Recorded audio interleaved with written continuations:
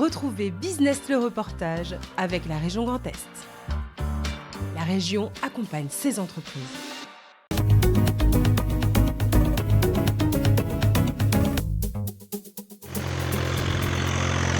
Ces machines agricoles servent à l'entretien des sols ou à la pulvérisation de produits. L'Acuma Côte-des-Barres a organisé une démonstration de chenillards, l'occasion pour les viticulteurs du territoire de les voir à l'œuvre. C'est sur le terrain qu'on voit si ça fonctionne ou pas. Je regarde plein de vidéos, mais c'est vraiment le terrain qui est important. Et puis, surtout là aujourd'hui avec des conditions un peu difficiles, la pluie, de l'herbe assez haute. Donc voilà, le matériel n'était pas forcément... c'était pas forcément facile pour lui. Et un matériel là, en l'occurrence qui me plaît pas mal, donc à voir si c'est possible de l'intégrer chez moi par rapport au matériel déjà présent sur l'exploitation. Je suis pas convaincu par les robots pour l'instant, c'est pas forcément la priorité au sein de l'exploitation. Je préférerais trouver du monde et avoir du monde plutôt que déléguer à des machines. C'est pas forcément le souhait de supprimer la partie main d'œuvre, c'est d'essayer de la trouver, de la former et puis voilà, de travailler avec.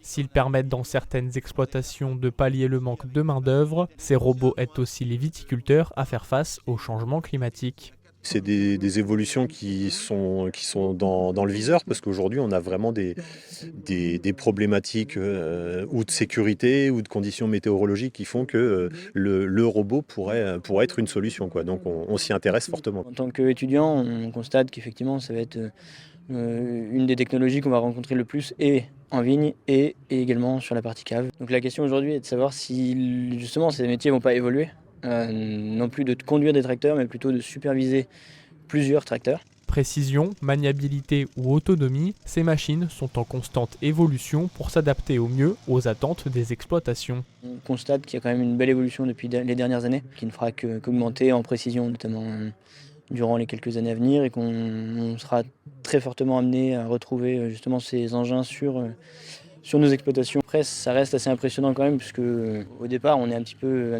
pas forcément toujours serein de se dire la machine est-ce qu'elle va s'arrêter, est-ce qu'elle va pas écraser à droite à gauche des plants. Au départ était un peu sceptique sur le fait que le robot puisse travailler absolument tout seul. On est sur des précisions aux alentours de 2,5 cm. Donc autant dire qu'on est aussi précis que sur du maraîchage. L'achat de ces machines représente malgré tout un lourd investissement. C'est pourquoi les agriculteurs se regroupent en coopérative d'utilisation des matériels agricoles.